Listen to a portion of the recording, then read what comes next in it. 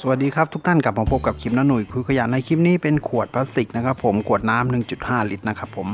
จะนำเป็นที่ถาดลังใส่ไข่ในตู้เย็นนะครับเนื่องจากมันไม่พอใช้ครับคือต้องทำตัวนี้เพิ่มมาอีกเพื่อใส่ไข่ไก่ในตู้เย็นครับโอเคครับติดตามชมกันนะครับจากขวดพลาสติกครับผม